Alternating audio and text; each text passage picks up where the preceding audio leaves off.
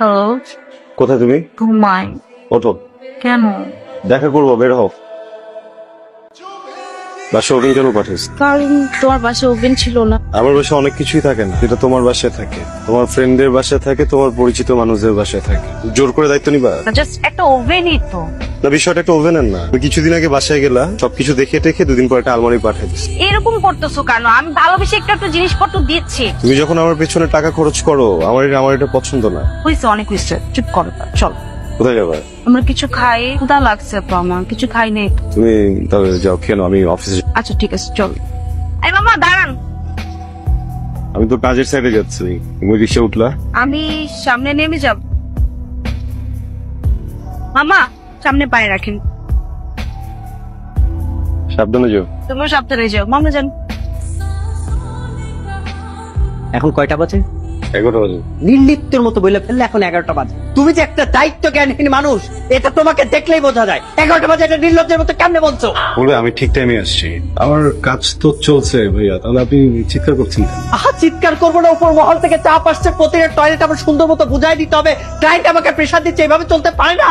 বলবে আমি একজন ইঞ্জিনিয়ার, আপনি আমার সাথে চিৎকার করতে পারেন না, আমি তো কথা বলছি আপনার সাথে। নাফিস, তুমি আস্তে কথা বল, কথা মুখে যাইতেছে না।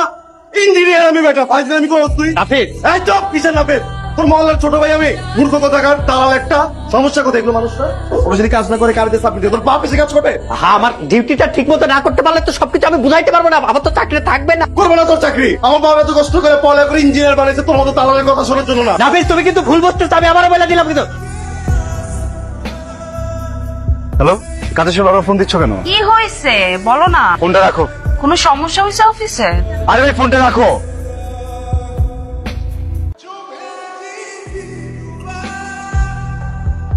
একটু বাজে বিহেভ করে ফেলছি না? আমি খুবই সরি। আসলে ওই প্রজেক্ট ম্যানেজারের সাথে অফিসে খুবই বাজে রকম একটা সিন ক্রিয়েট হয়েছে। আমি চাকরি ছেড়ে দিয়েছি, বুঝছো? বের হচ্ছিলাম, এমন সময় তোমার ফোন আসছে, আমি তার রাখতাই তোমার উপরে। আমি খুবই সরি শাহিন। কি মন খারাপ তোমার? মন খারাপ হবে কেন? একটু বিরক্ত, কিন্তু তারপরও খুব স্বস্তি বোধ হচ্ছে, বুঝছো, যে ফাইনালি একটা সিদ্ধান্তে আসতে পেরেছেন। ভাবছি একটা ফার্ম দিব। আরে তুমি হাসতেছো কেন? না, ভালো ডিসিশন নিস।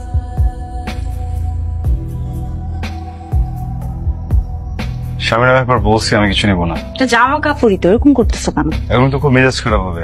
একদিনে মানুষ কতবার মেজাজ খারাপ করে? ঠান্ডা হও, রিল্যাক্স, চিল। Excuse me. এতগুলো টাকা শপিং করার কি দরকার ছিল? তোমার আমাকে দেওয়ার ইচ্ছেই তো। কখনো যদি খুব প্রবলেম হতো আমি তো তখন চাইতাম। তুই এরকম করো না প্লিজ, কিচকিচ করা বন্ধ করো। Come on.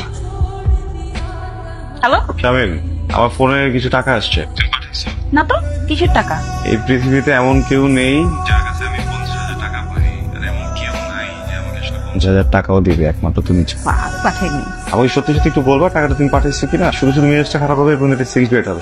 তোমার না টাকা লাগবে, ওই জন্য আর কি দিয়ে রাখলাম। আমি কখন বলছি তোমাকে আমার টাকা লাগবে? আচ্ছা বাবা, রাখো না টাকাটা, এরকম করতেছো কেন? ভাবলাম দিয়ে রাখি। আমি ফোনটা রাখতেছি। হ্যাঁ, আমাকে ফোন দিও না এখন। মানুষ 5 টাকার জন্য মরতেছে রাস্তাঘাটের জন্য, 50,000 টাকা আমাকে পাঠায় দেয়। দেখো ফাইজলামের নিউজটা বলছো তুমি। তোর খবরটাও মোবাইল দিয়ে দাও। তুমি না আসলে সেন্টিমেন্টগুলো বোঝো না। কি কথা বললো? কি বলবো? মেজাজটা খারাপ হয়েছে, ইচ্ছা করতেছে না কথা। সবসময় তো সিরিয়াস কেন?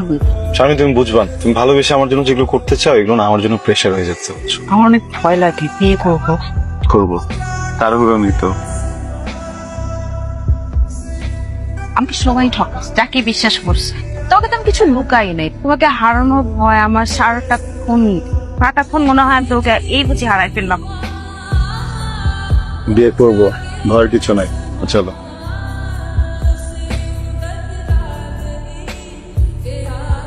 আচ্ছা, তুমি কোথায়? বাসে নাকি বাইরে? আমি ফারুকের সাথে একটু কথা বলতেছি, সমস্যা নাই, বলো। আমি তোমাকে বললাম না যে আমার পরিচিত একটা ফার্মে আমি কন্ট্যাক্ট করব, তো ওরা তোমার সাথে কালকে মিট করতে চাচ্ছে। আচ্ছা ঠিক আছে, ফোন দিচ্ছি পরে তাহলে। ওকে, রাখছি, লেটার, বাই। আমি তোমার চিন্তার সাথে একমত। তুমি কেন চাকরি করবে? তোমার ইনোভেটিভ চিন্তায় যদি কাজে না লাগে তাহলে চাকরি তো তোমার জন্য না। এটা আমি অ্যাপ্রিসিয়েট করি। ধন্যবাদ। এটা কি? এটা তোমার প্রাইভেট ফার্মের জন্য আমার একটা ফিনান্স। শারমিন যখন প্রথম আমাকে বললো তখনই আমি ভেবেছি তুমি নিজে যখন কিছু শুরু করবে তোমাকে আমি সাপোর্ট করব। আমি শুধু রিকোয়েস্ট করব টাকাটা যেন নষ্ট না। একজন মানুষ যার সাথে আমার কখনো দেখা হয়নি, আমাকে চেনে না, প্রথম মিটিং এ 1 কোটি টাকার একটা চেক দিয়ে দিল। ব্যাপারটা কি স্বাভাবিক শারমিন? তুমি এত অস্থির হতেছো কেন? না, এইভাবে হয় না শারমিন, আমাকে বোকা বানায়ও না, উনি তোমার পরিচিত তেন। এগুলো বাদ দাও না। কেন ভাবতে পারি? আমি তো বুঝতে পারছি এখানে কোনো কিছু একটা লুকাচ্ছ তুমি আমার কাছে। কথার উত্তর দাও। আমার চাচু। তুমি না আরেকবার প্রুফ করে দিলা তোমার চোখে আমি একজন অযোগ্য মানুষ। না না, কথা বলো না একদম। আমি গরিব, তোমাদের মতো এত টাকা পয়সা আমার কাছে নাই, আমার বাপের কাছে নাই। আমার জীবনে প্রত্যেকটা মুহূর্তে, প্রত্যেকটা সেকেন্ডে তুমি আমাকে এটা বুঝাও যে আমাকে দিয়ে কিছু হবে না। সরি আমি নো, আমি শুনতে চাই না। চাচার টাকা আছে, 1 কোটি টাকার গরম দেখো আমার না। শারমিন, আজকের পর থেকে তুমি আর কোনোদিন আমার সাথে কথা বলবা না।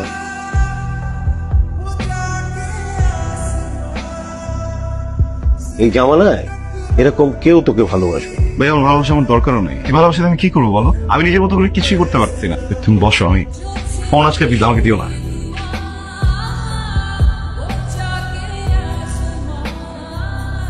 আমিও তার ব্যাপারে খুবই সিরিয়াস, কিন্তু দেখো এত নিবেদিত প্রেমিকা না আমি হজম করতে পারবো না। ভাইয়া আমরা না একটু বসি, আমি থাকবো, লামিয়া থাকবে, কথা দিচ্ছি সামনে কোনো পাগলামি করবে না, কিন্তু আপনাদের না দুজনের সামনাসামনি বসে কথা বলাটা খুব জরুরি। শারমিন খুব ভেঙে বসছে। তুমি যাও, গিয়ে সাথে কথা বলো, আমি আসবো। থ্যাংকস। বসো বসো। ঠিক আছে ভাইয়া, তাহলে কথা বলে অন্য এই লামিয়া চাই। কাজে কোথায় যেতে হবে না, বসো। তোমাদের ফ্রেন্ড নিশ্চয়ই তোমাদের সাথে সব কথা বলছে। আমি আমার জায়গাটা একটু ক্লিয়ার করতে চাই। দেখো, সম্পর্কটা তো মেলা দিনের, এটা নিয়ে নতুন করে বলার মতো আর কিছু নাই। আমি আসলে সম্পর্কটাই আর রাখতে চাচ্ছি না। ওঠার ডিসিশন তুমি নিতে পারো না। ওটার ডিসিশন নিচ্ছি না। তুমি সম্পর্কটাকে এই পর্যায়ে নিয়ে আসছো। আমি যা যা করছি, যা যা করি এই রিলেশনশিপে, সব আমাদের ফিউচারের কথা চিন্তা করে করছি। নাপি, তোমার বাদ নেই, আমার শারমিন, আমার জীবনের সব থেকে সুন্দর মুহূর্তগুলো তুমি আমাকে দিয়েছো।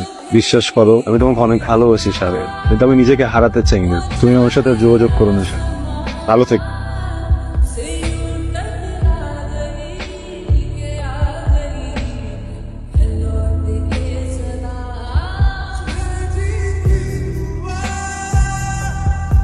তুই যদি একদিনের জন্য আমাকে ভাই হিসেবে মানিস তাহলে কথা বল। ধর ফোনটা ধর। হ্যালো নাপি, তুমি কি শুনতে পাচ্ছ? শারমিন, তুমি কোথায়? ওকে নাফিস, কি হয়েছে? শারমিন, আমার বুকটা অনেক ভারী হয়ে গেছে, আমি ভার নিতে পারতেছি না। তোমাকে একা ভার নিতে কে বলছে? আমি আছি না। তুমি আমাকে কখনো ছেড়ো না। কখনো না। I love you. I love you too. I love you more. It's okay.